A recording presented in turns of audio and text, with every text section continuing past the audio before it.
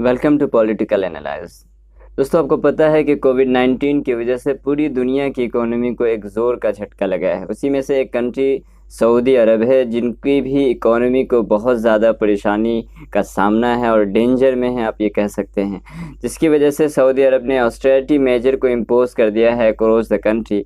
तो आज हम बेसिकली आपसे ये डिस्कस करने वाले हैं कि ये ऑस्टेरिटी मेजर होता क्या है, इसका क्या असर होगा, फिर इसके ज़रिए से क्या चैलेंजेस हो सकते हैं सऊदी अरब गवर्नमेंट के लिए, और फिर हम लास्ट में आपसे ये भी शेयर करेंगे कि वो पर्सन जो इंडिया, पाकिस्तान और बांग्लादेश से वहाँ जाकर के काम करते हैं, उनकी लाइफ पे किस तरह इसका इम्पैक्ट पड़ सकता है।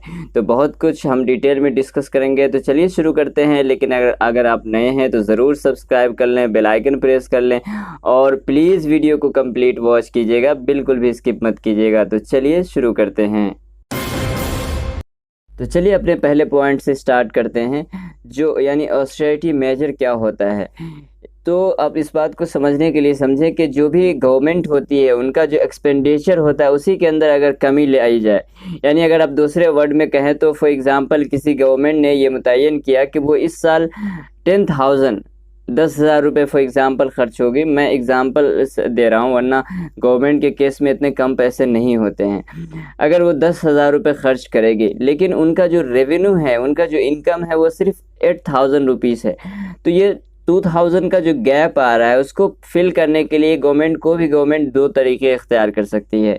या तो अपने टैक्स को बढ़ा दे, या फिर जो खर्च 10,000 मुतय्यन किया गया था उसको 8,000 कर दे।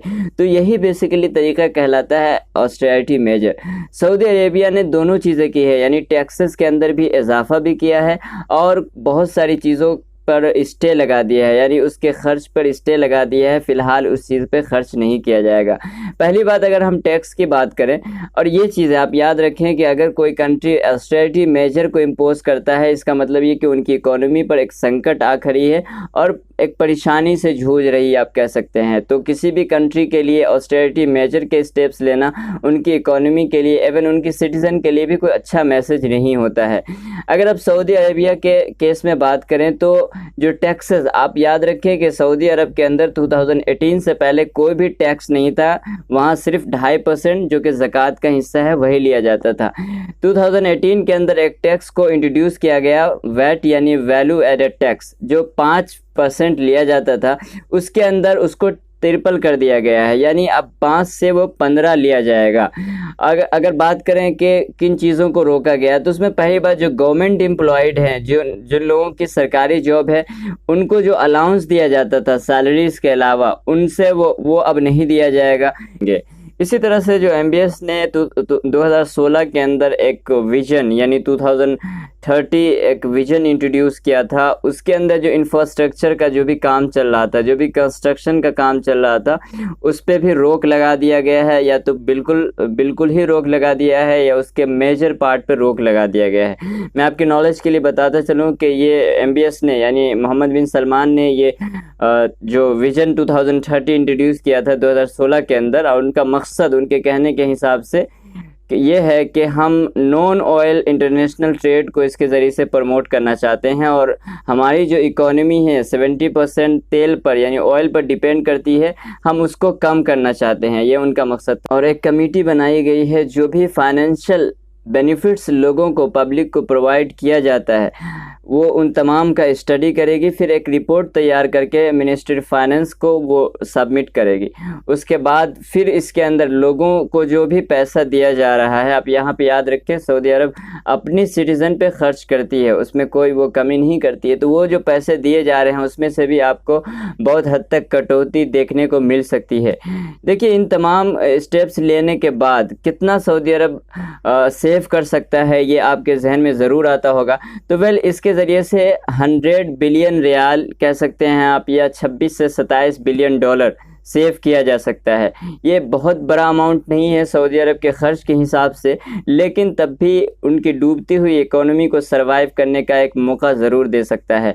अब हम ये बात करेंगे, इन स्टेप्स लेने के बाद क्या सऊदी अरब को कुछ चैलेंजेस का भी सामना करना पड़ सकता है। तो चलिए अब हम अपने अगले पॉइंट पे इन चीज़ को डिस्कस करते हैं।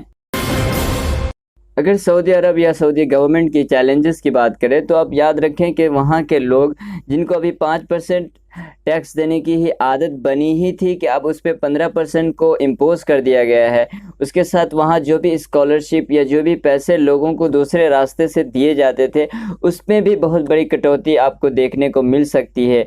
इसके अलावा लोग बहुत हद तक वहाँ भी अनएम्प्लॉयड हो चुके होंगे, तो ऐसे में बहुत हद तक बहुत मुमकिन है कि वहाँ लोगों के अंदर एक फ्रस्ट्रेशन देखने को मिल सकता है और लार्ज स्केल पर लोगों की नाराज़गी इरप्ट हो सकती है, जो एक बहुत बुरी खबर होगी सऊदी गवर्नमेंट के लिए, जो कभी भी देखना और सुनना पसंद नहीं करेगी एक ऐसे वक्त में जब रॉयल फैमिली के अंदर भी हम बहुत ज़्यादा डिसएग्रीमेंट देखने और सुनने को हमें मिल रहा है।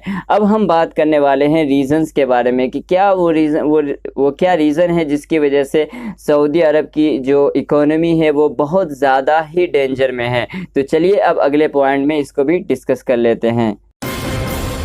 अगर हम रीज़न की बात करें तो देखें, पूरी दुनिया की इकोनॉमी को कुछ ना कुछ कोविड-19 की वजह से फ़र्क पड़ा है, बल्कि बहुत ज़्यादा फ़र्क पड़ा है, क्योंकि उनकी इंडस्ट्री, उनका कंस्ट्रक्शन हर कुछ ऑलमोस्ट बंद हो चुका है या फिर बंद है या खुलने के कगार पे है, लेकिन बहुत हद तक नुकसान पहुंचा है। तो ये प्रॉब्लम सऊदी अरब के पास भी थी और इसकी वजह से उनका भी नुकसान हुआ है। देखिए, सऊदी अरब के केस में एक और चीज़ बढ़ जाती है, वो है ऑयल प्राइस। चूँकि ऑयल की जो कीमत थी वो बहुत ज़्यादा घट चुकी थी, जिसका नुकसान भी बहुत ज़्यादा उनको उठाना पड़ा। अभी कुछ ही दिनों में $9 बिलियन तक का उनको नुकसान पहुंच चुका है। देखें, चूँकि आप एक बात यहाँ पे आपके जहन में आ रही होगी कि इतनी कीमत खैर घट क्यों गई। तो पहली बात तो ये याद रखें कि पूरी दुनिया में इंडस्ट्री बंद है, हर चीज़ बंद है जिनमें भी तेल का इस्तेमाल किया जा सकता था। तो जाहिर है कि तेल का जो डिमांड है वो कम हो गया, और ये रूल है कि अगर डिमांड कम है, सप्लाई ज़्यादा है, तो उसकी कीमत घट जाती है। तो सऊदी अरब के अंदर, बल्कि पूरी दुनिया के अंदर तेल की कीमत घट गई।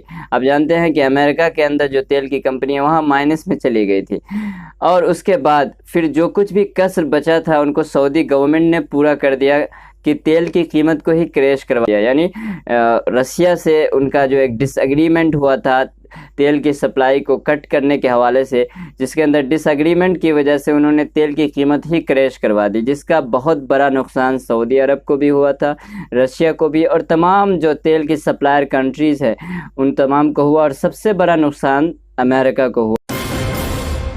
अगर इसके इम्पैक्ट की बात करें उन लोगों पर जो यहाँ यानी इंडिया, पाकिस्तान और बांग्लादेश से जा कर के वहाँ रहते हैं, तो चूँकि उन लोगों को जो सैलरी दिया जाता है वो बहुत ही लिमिटेड पैसे होते हैं, वो कोई बहुत बड़ा अमाउंट नहीं होता है। तो ऑफ कोर्स इस सूरत में बहुत ही वरिंग मैसेज होगा अगर उन पे इसको इम्पोज किया जाता है तो, और एक परेशानी का बायस होगा उन तमाम लोगों के लिए जो वहाँ रहते हैं और वहाँ काम करते हैं। और इन सब के अलावा वहाँ के जो सिटीज़न हैं उनके लिए भी कोई अच्छा मैसेज नहीं होगा। इसलिए वहाँ के जो मिनिस्टर ऑफ फाइनेंस है मोहम्मद बिन अल जदान, वो हमेशा बोलते हुए आ रहे हैं कि it is a very painful decision, लेकिन हमको लेना पड़ेगा। ये उनके ही अल्फाज हैं। तो उनके लिए भी कोई बहुत अच्छा मैसेज नहीं है, बहुत ख़राब मैसेज उनके लिए भी है। So this is a complete analyse of the topic. Thanks for watching and have a nice day.